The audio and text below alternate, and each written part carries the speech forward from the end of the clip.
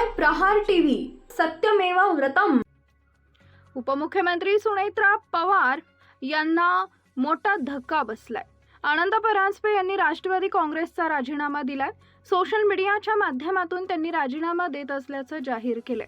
अत्यंत जड अंतकरणानं हा प्रवास इथंच संपवून नव्या वाटेवर पाऊल टाकून नवीन प्रवासाची सुरुवात करत असल्याचं त्यांनी सांगितलंय। यामुळे आनंद परांजपे यांचं आता पुढील पाऊल काय असणार आहे याबद्दल उत्सुकता आहे।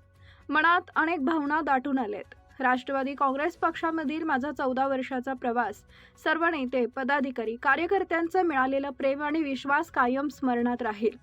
आज अत्यंत जड अंतकरणानं हा प्रवास इथंच संपवून नव्या वाटेवर पाऊल टाकून नवीन प्रवासाची सुरुवात करत आहे, असं त्यांनी पोस्टच्या कॅप्शनमध्ये लिहिलंय।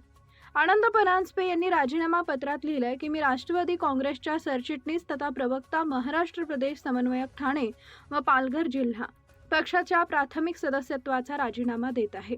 आजपर्यंत पक्षानं माझ्यावर विश्वास दाखवून पक्ष संघटनेमध्ये अनेक जबाबदाऱ्या दिल्या, त्याबद्दल मी पक्षाचा शतशः आभारी आहे। तरी माझा राजीनामा आपण स्वीकारावा ही नम्र विनंती। आनंद परांजपे यांच्या मी संपर्कात होतो, त्यांना महामंडळ देण्याचं कबूल केलं होतं। संयुक्त राष्ट्रवादी असताना आनंद परांजपे यांना शरद पवारांनी राज्यसभा खासदारकी कमिट केली होती। 14 वर्ष त्यांनी पक्षांसाठी खूप काही काम केलंय। त्यांचे फोन बंद आहेत, मी संपर्क करण्याचा प्रयत्न करत आहे, असं राष्ट्रवादी काँग्रेस अजित पवार गटाचे नगरसेवक गटनेते नजीब मुल्ला यांनी सांगितलंय। आनंद परांजपे यांनी काही दिवसांपूर्वी एकनाथ शिंदे यांची भेट घेतली होती। एकनाथ शिंदेंचं ठाण्यातील निवासस्थान नंदनवन इथं ही भेट झाली होती। या भेटीनंतर अनेक चर्चांना उधाण आले होते।